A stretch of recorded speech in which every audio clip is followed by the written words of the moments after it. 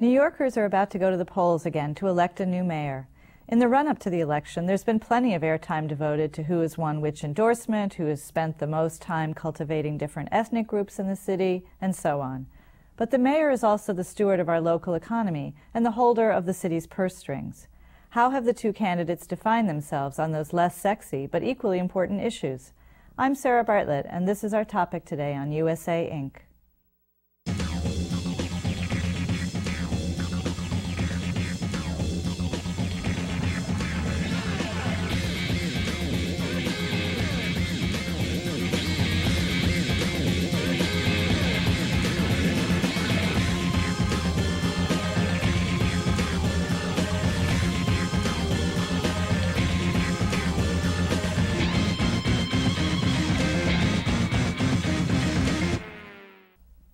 Joining us today are Ed Ott, Public Policy Director of New York Central Labor Council, which represents over 1 million workers, and Ernest Tollerson, Senior Vice President for Research and Policy at the Partnership for New York City, an umbrella group representing some of the city's largest corporations. Thank you both for being on the show today. Nice to be here. Nice to be here. We have a major mayoral election coming up in just a few days, and I wanted to talk to you about what you see as the biggest economic challenges facing whoever inherits that office going forward. Whoever wants to start first, jump in.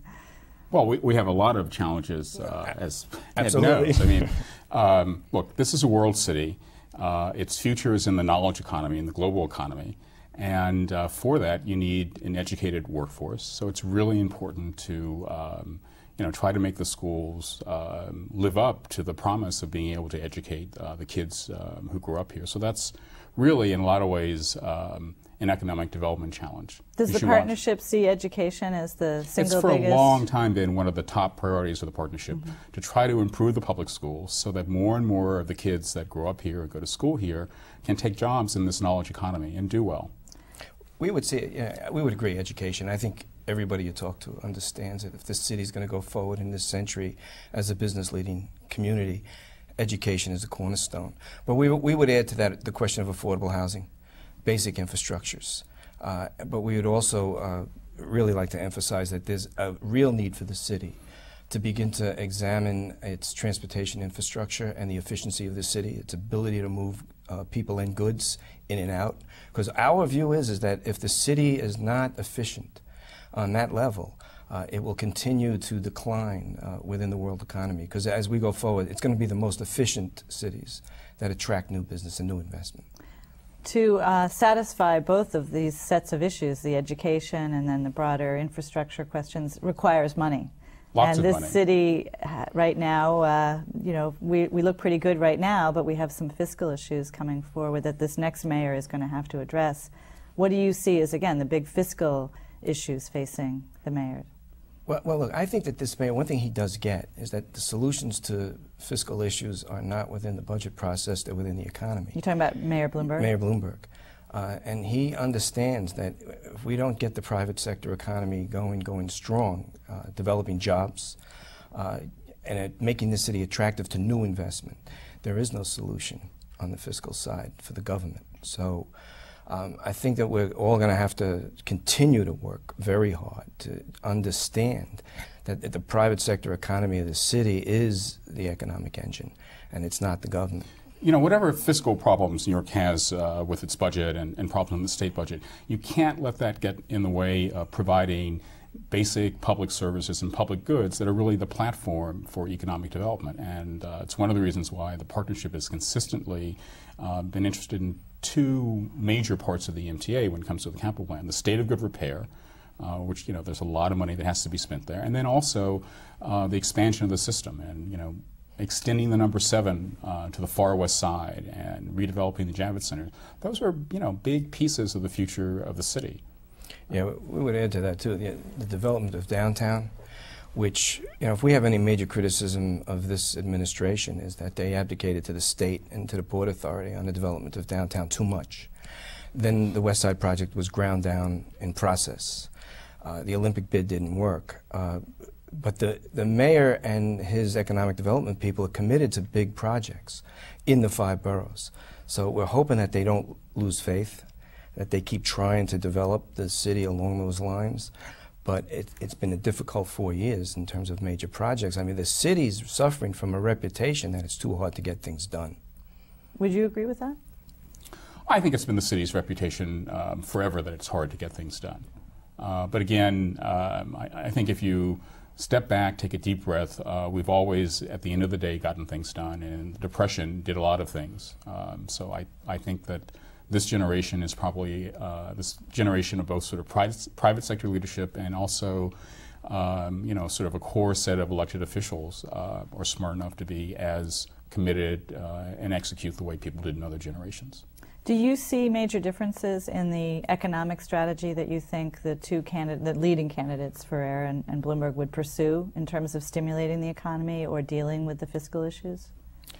You haven't really heard a lot of talk in this mayoral race about interesting? Economic development. I mean, haven't heard people really articulate a 5-borough development strategy, and how are you going to attract major companies from China and Brazil and India as they decide to enter the North American market? Things that are really key to the city's position as a global capital. You don't hear that as a soundbite. Why do you think that is?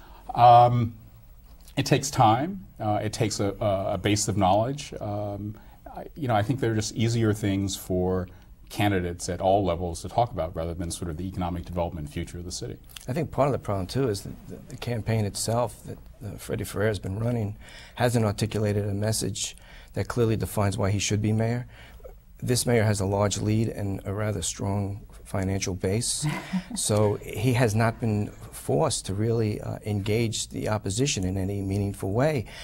And the press has been completely absent in raising what I would think would be more meaningful questions. To ask, for instance, last night, to keep asking Freddie Ferrer about this issue of public schools versus private schools. It's been answered 17 times over the last 3 weeks. Why do we keep going on this? The press's appetite for conflict. Yeah, well, that may be, but there is no conflict there. The man went to private school. Right. He's a supporter of public schools. He has a record as borough president. This mayor is clearly an advocate of public schools. People might disagree about what needs to be done there, but it's not an issue. So I don't think we've gotten the issues out yet, at least as of this show, and hopefully it will get sharper as we go. This administration, more than most, and I don't know if you feel the same way, has articulated a desire to develop within the 5 boroughs, that they see the entire city as the economic engine. And that's refreshing to a lot of people who are in the boroughs, believe me. The thing that surprises me when you look at the budget, a few years out, we're in a good situation right now, but a few years out, you're going to see budget deficits of at least $4 billion a year. And half of our city budget is what we call non-discretionary. It's already been promised to debt service and to pensions and health care benefits to city workers, which leaves a much smaller pie that we have to solve this budget deficit problem. And again, I don't see discussion. Do you think there'll be a difference between the way these two gentlemen would resolve these budget deficit issues going forward? I mean, is there a reason to vote for one or the other depending on how you feel about that? Well, look, any mayor that comes in is going to be faced with a huge piece of the budget already spoken for. And so they both will operate within a different framework. It's very hard to say because, again, it hasn't really been articulated within the campaign. What we know from this administration is that their view is that they can grow the city's economy, which will then generate revenue, which will help solve some of that. This mayor, while he's been difficult on the bargaining table, has managed to avoid major layoffs through his first 4 years and has indicated that that's his choice of last resort. With Freddie Ferrer, it's not clear to me what his view on economic development is. He did a very good job of beginning to turn the Bronx around when he was borough president. And there are projects which are coming to fruition in the Bronx now, which he really began. I would say both candidates are pro-business and look to grow the economy. There'll probably be subtle differences in how strongly they view government's role in that, with a different emphasis in different places. I think Freddie will probably be trying to put more emphasis on what government can actually do itself for the economy. And the mayor's people basically will take a view that they're going to try to assist the private sector economy in taking the lead. Would you agree with that, or do you think there's more? I think from the partnership point of view, you want whoever is mayor to be aggressive about growing new sectors of the economy, frankly. I mean, the budget gaps that you alluded to, the best way out of those gaps long term, it doesn't happen overnight, but frankly, it's to add new sectors to the economy. And the sector that we ought to add really quickly is, frankly, life sciences. And the partnership's investment arm, the New York City Investment Fund, has invested $10 million in the East River Science Park. And that'll be a hub for life science companies and researchers. And that's what you have to do. And you've got to, we missed the dot-com boom. We've missed several major sort of revolutions that produce new sectors of the economy. Well, now we have a chance to catch up in life sciences, and we also, frankly, have a big chance in a couple of other areas, in clean technology, exactly. In all the technology involved in conservation and the efficient use of energy. We've got to, we've got to really sort of be aggressive and move into those sectors, and any mayor has got to see that and then move aggressively to do it. I think the question is whether that can happen quickly enough to deal with the problem. By 2007, you're looking at $4 billion plus in deficits, and some of these projects have long lead times. Some of the deficits hit immediately, but it's also very important that people have faith in the city going forward. We passed a bill a couple of weeks ago called the High Performance Bill, which would allow certain technologies to be used in the construction of government-financed buildings, including schools. High-performance buildings are energy efficient, they're cleaner, they do a whole lot of things, including they could contribute greatly to reducing asthma among children. If things can begin and people have faith, and the people who look to invest in the city will think we have a good future, and they'll come here, and that will help take some of the pressure off. I think the worst thing that can happen is if the city begins to present itself as not having beginnings. Mm-hmm. Nobody expects us to solve these problems easily. The national deficit has given everybody in the country an education about government and its responsibilities. And regardless of ideologies, bad public policy decisions can end up in driving deficits wildly. And everybody understands that. Now we have to begin to get out. We spent 25 years getting in this mess. We're not getting out overnight. We'll be right back. The Zicklin School of Business at Baruch College of the City University of New York is the largest and most diverse accredited business school in the United States, offering high-quality, full-time and part-time degree programs at the undergraduate, master's, and PhD levels. For information about the Zicklin School of Business, please visit our website, zicklin.baruch.cuny.edu. That's zicklin.baruch.cuny.edu. Welcome back. I'm speaking with Ed Ott, Public Policy Director of New York's Central Labor Council, and Ernest Tollerson, Senior Vice President for Research and Policy at the Partnership for New York City. Do you have any sense that either candidate might be raising taxes in the next few years to help bring some more revenue in? At their peril. I think that there'll probably be some adjustments on the revenue side. I don't think we'll be calling them taxes. The creative language will solve some of that problem. But I think that because the deficits are so large, some of the short-term things will have to be dealt with on the revenue side. I think there'll be a finite duration, clearly defined, and the taxpayers will at least be told what they're paying for, or they won't pass. But I don't think, as a matter of course, either candidate is going to decide that raising taxes are better than other measures. I think it's true. I mean, and frankly, short term, I really think the focus. I mean, it's on the ballot. It's the transportation bond issue, and it's really important for voters to understand that and see the link between the quality of rapid transit services and the job and economic development base of the city. I'm assuming that the partnership is in favor of a yes vote on that? Yes, because if you recall when the MTA first issued its next 5-year capital plan, they were seeking something like $26 or $27 billion for 5 years to cover both state of good repair and expansion projects. Now, after a lot of back and forth, it's now down to $21 billion. When you look at it, look at the needs, and you look at what you want, how the economy to perform, that's a big concern. It's a very, very big concern. Railroad infrastructure is capital intensive, and you can't walk away from it. The maintenance side of it is an immediate demand, and if you don't take care of it, you're essentially amortizing your maintenance costs, and you're going to pay down a road.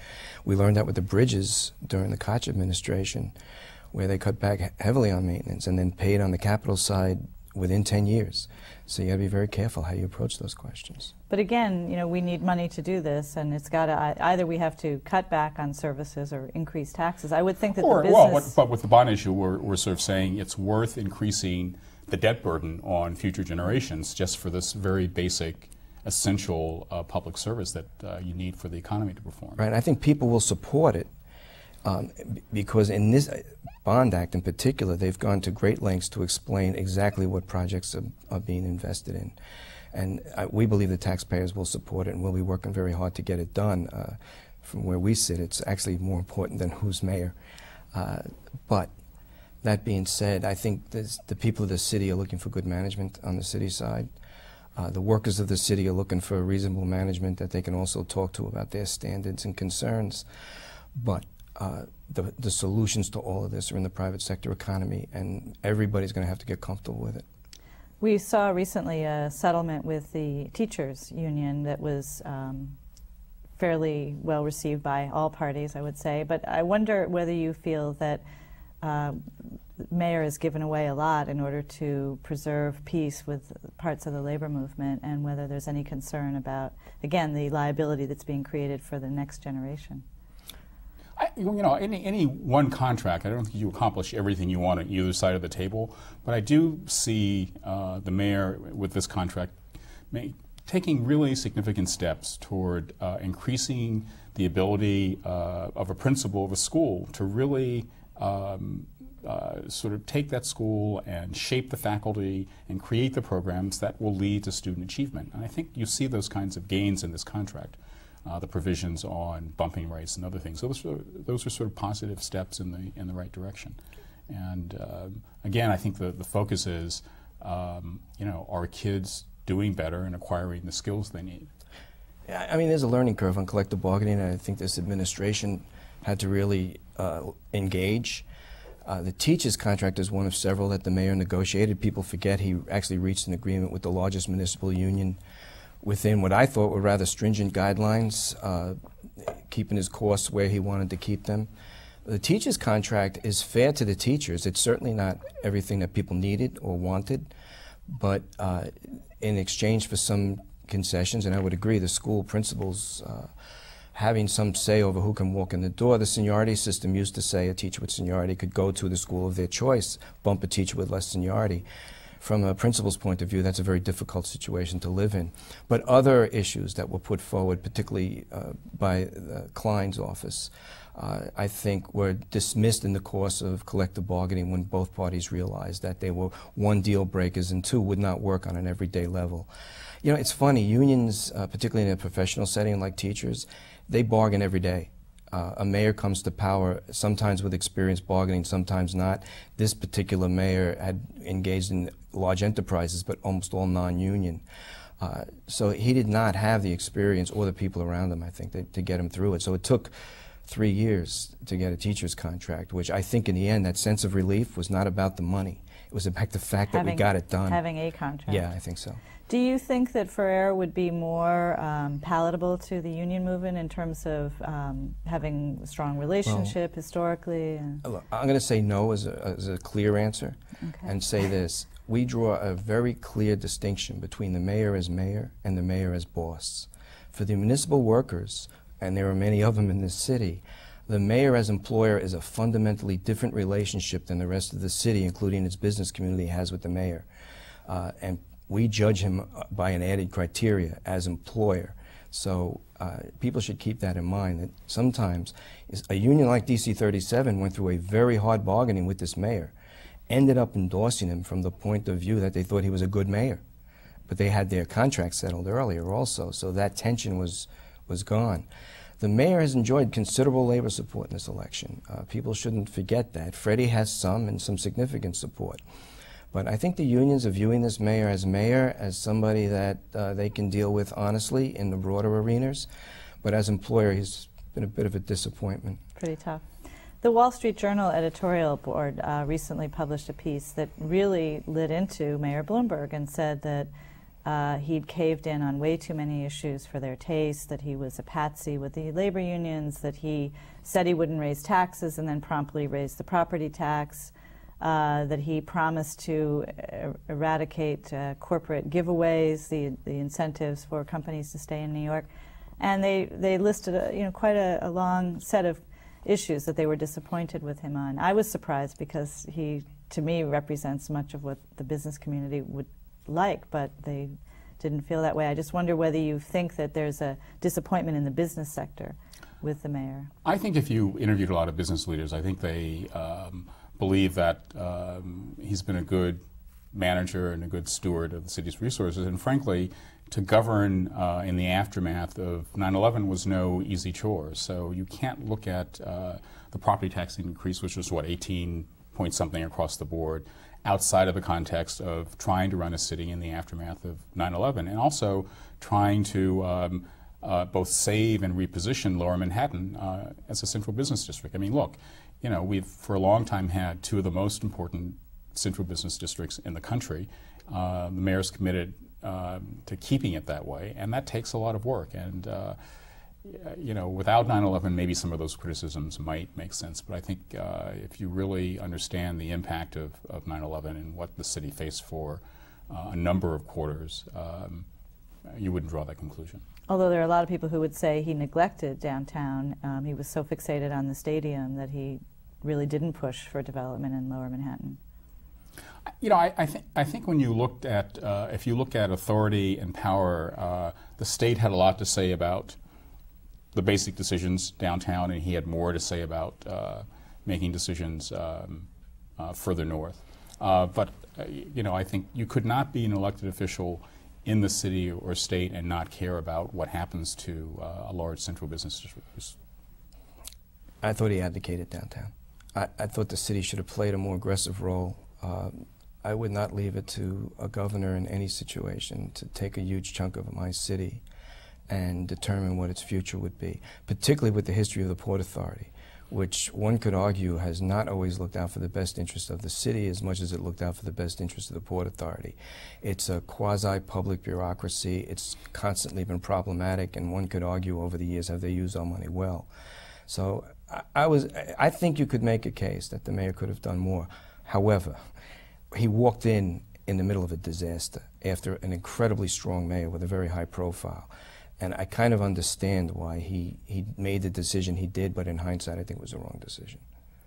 If you are an unemployed member of the city, and there are many, do you feel that these two mayors, that mayoral candidates, offer distinctly different futures for you? And if so, which one would be more appealing? Well, there's a problem there, and I don't consider it to be exclusively the province of any mayor. Unemployment is a symptomatic of the general economy. Government provides certain safety nets and certain infrastructures to deal with the unemployed. But one of the things that you saw, if you look at what happened with the West Side, with the vacillation downtown, with the failure to get the Olympics, there's a general insensitivity about jobs. People don't quite get it, and they look at projects from a very narrow perspective. Jobs are something that contribute to the general good of the city, and we're labor. We believe working is better than not working.